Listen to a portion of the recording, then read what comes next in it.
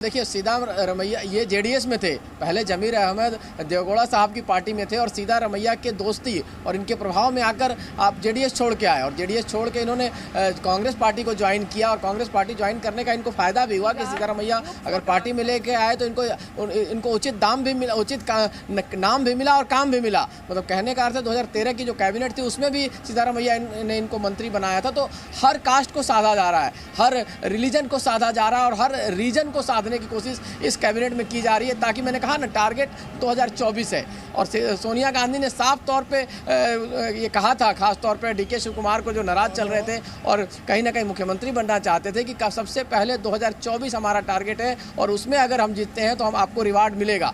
तो उस रिवार्ड के लिए ये सब काम किया जा रहा है और कहीं ना कहीं तालमेल बैठा कर चलाना पड़ेगा। अगर तालमेल नहीं बैठेगा तो उसका नुकसान होगा पार्टी का। जिस तरह से ये कास्ट कम्बिनेशन साधा जा रहा है, जिस तरह से रिलीजन का कम्बिनेशन साधा जा रहा है, जिस तरह से रीजन का कम्बिनेशन साधा जा रहा है, इसको देख के लगता है कि कांग्रेस पार्टी बेहतरीन तरीके से काम कर रही है और उसका टारगेट 2024 है। और अगर इसी तरह से कम्बिनेशन पे काम करते रहे, पांचों वायदे जो उन्होंने किए हैं कैबिनेट से पास करें, जनता तक पहुंचाएं उस पांचों वायदों को, साथ साथ जो राज्य का जो माहौल है, डेवलपमेंट का जो काम है वो भी चलता रहे, तो कहीं ना कहीं कांग्रेस पार्टी को फायदा हो सकता है। इस चुनाव में जो 2 सीट पर सिमटी हुई थी पिछले लोकसभा सीट में, वो 2 से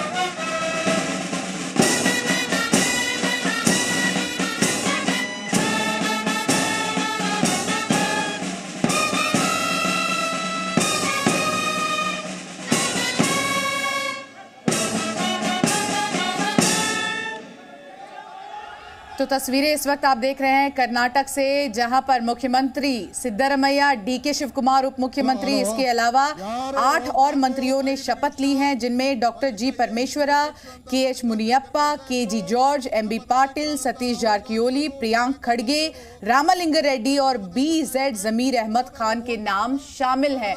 इसके अलावा विपक्षी एकता इस वक्त आपको नजर आ रही है इस मंच पर कंटेरवा स्टेडियम से सीधे।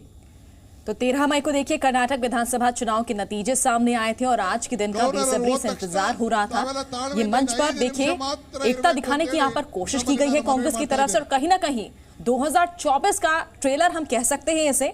अब आगे की तैयारी कांग्रेस किस तरह से करती है, ये भी खबर आई थी कि 3 बजे कैबिनेट की बैठक होनी है और देखिए सम्मान यहाँ पर हो रहा है डीके शिव कुमार का। सिद्धरमैया एक बार फिर से उनका कार्यकाल शुरू हो रहा है आज मुख्यमंत्री के तौर पर और उनके अलावा 8 और विधायकों ने कैबिनेट मंत्री के तौर पर शपथ ग्रहण की है। 3 बजे अब बैठक का इंतजार है।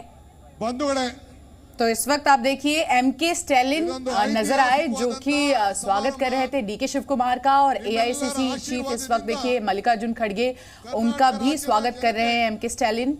इसके अलावा तस्वीरों में डीके शिव कुमार कुछ कहते हुए यहाँ नजर आ रहे हैं। और आपको बता दें डीके शिव कुमार वही नेता हैं जिन्होंने कल प्रेस कॉन्फ्रेंस करते वक्त ये कहा था कि जो समर्थक है, जो कार्यकर्ता है, जो सपोर्टर्स हैं, उनको किसी भी आधिकारिक न्योते की जरूरत नहीं है। वो सब पहुंचे कंटेरवा स्टेडियम और इस ऐतिहासिक क्षण को कहीं न कहीं विटनेस करे। तो डीके शिव कुमार की ओर से ये बयान आया था और उन्होंने खुला एक हम कहें तो इन्विटेशन दिया था अपने समर्थकों को। और उसके बाद आज देखिए राहुल गांधी, प्रियंका गांधी, तमाम विपक्षी दल इस मंच पर सामने आ रहे हैं। रवि, जरा एक बात बताइए, जब मैनिफेस्टो जारी किया गया था कांग्रेस की ओर से तो ये कहा गया था बजरंग दल पर बैन लगाएंगे, और उसके बाद जिस तरह से हनुमान जी को लेकर सियासी उठापटक देखने को मिली, तो क्या लग रहा है पहला काम क्या किया जाएगा नई सरकार की ओर से? मुझे लगता है कि कांग्रेस पार्टी विवादों से दूर रहना चाहेगी, विवाद में ज़्यादा नहीं जाएगी, अपना काम करना चाहेगी। जो पॉजिटिवली उनका काम, पॉजिटिव वे है काम करने का, जिसमें 5 उनका कमिटमेंट है, तो पहले 5 कमिटमेंट को पूरा किया जाएगा और अगर ऐसी ज़रूरत आती है, ऐसा लगता है कि माहौल ख़राब होता है, तो बजरंग दल को बैन करने की बात भी है उनके मैनिफेस्टो में। हालांकि कांग्रेस पार्टी ने कहा कि खाली बजरंग दल नहीं, दूसरी पार्टियां जो है, दूसरे जो संगठन है, उनको भी बैन करने की बात है। तो कुल मिलाजुलाकर पहली प्रायोरिटी जो होगी जनता से कनेक्ट करने की होगी, क्योंकि आपको मुस्लिम महिला मतदाताओं ने मतदान किया है इस नाम पर कि आप महिलाओं के लिए तमाम चीज़ कर रहे हैं। महिलाओं के लिए एक अकाउंट में 3000 रुपये डालने की बात है, साथ साथ गैस सिलेंडर सस्ता देने की बात है, साथ साथ आपने उनको बस में उनकी यात्रा मुफ्त की है। इसके अलावा नौजवानों को आपने अट्रैक्ट किया है, नौजवान, महिला, नौजवान। इसके अलावा लिंगायत समाज को आपने पहले भी भरोसा दिया था। पिछली बार भी याद कीजिए कि एक बात थी पिछले चुनाव में 2018 में कि अगर हम जीत के आते हैं तो लिंगायत समाज को अलग रिलीजन का जो एक चर्चा चलती है कि उनको अलग रिलीजन की मान्यता देंगे, वो अलग रिलीजन मांगते हैं, वो अपने को माइनॉरिटी में ले जाना चाहते हैं, स्टेटस बनाना चाहते हैं। तो क्या कांग्रेस पार्टी आगे क्या करते हैं? लेकिन मुझे लगता है कि कांग्रेस पार्टी फिलहाल विवादों से बचना चाहेगी। जो विवाद हो गया, जिसका फायदा मिल गया, क्योंकि जिस चीज़ का वो चाहते थे पोलराइजेशन, रिवर्स पोलराइजेशन, कहीं ना कहीं वो उनको फायदा हुआ कि मुस्लिम वोट एकजुट होकर पड़ा। और यही नहीं, पूरे प्रदेश में रवि, और देखिए जो तस्वीर इस वक्त हम देख पा रहे हैं, मंच की तस्वीर देखिए, दोनों हाथ उठाकर सभी एक दूसरे का हाथ पकड़े हुए, देखिए एकता दिखाने की यहाँ पर कोशिश। कर्नाटक में नई सरकार बन गई है, सिद्धारमैया ने मुख्यमंत्री पद की शपथ ली और देखिए मंच पर राहुल गांधी और प्रियंका गांधी भी यहाँ पर नजर आ रही हैं। जिस तरह से सोनिया गांधी जो है वो यहाँ पर नहीं पहुंच पाई, लेकिन कहीं ना कहीं जो उनकी कोशिश रही है कि वो अपने दोनों बच्चों को आगे फोरफ्रंट पर करने की कोशिश राहुल गांधी की, भारत जोड़ो यात्रा को क्रेडिट यहाँ पर कांग्रेस ने दिया है जीत का।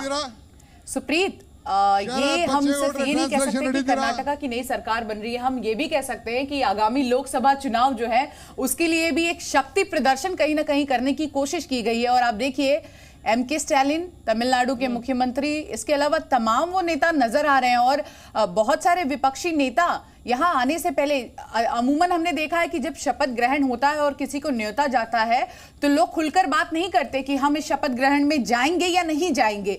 लेकिन हमने देखा, चाहे वो तेजस्वी यादव हो या कोई भी नेता हो, उन्होंने खुलेआम मीडिया के सामने आकर कहा कि मुझे बुलाया गया है और मैं जाऊंगा। और ये तस्वीरें बहुत कुछ यहाँ बयां करती हुई नजर आ रही है। प्रियंका गांधी, राहुल गांधी, इसके अलावा आप देखिए लगातार आपस में ये लोग बातचीत करते हुए नजर आ रहे हैं। और सबसे बड़ा सवाल यही कि अभी तक तो रणदीप सुरजेवाला या मल्लिकार्जुन खड़गे जाकर कर्नाटक में सिद्धारमैया और डीके शिव कुमार के बीच में जो डिफरेंसेस थे उसको कहीं ना कहीं कम करने की कोशिश कर रहे थे। लेकिन अब चुनाव खत्म हो चुके हैं, ये नेता दिल्ली लौट आएंगे, तो ऐसे में क्या सिद्धारमैया और डीके शिव कुमार के बीच सब कुछ ठीक होगा? क्योंकि अगर ये ठीक नहीं रहा तो फिर सरकार चलाना मुश्किल हो जाएगा। Zee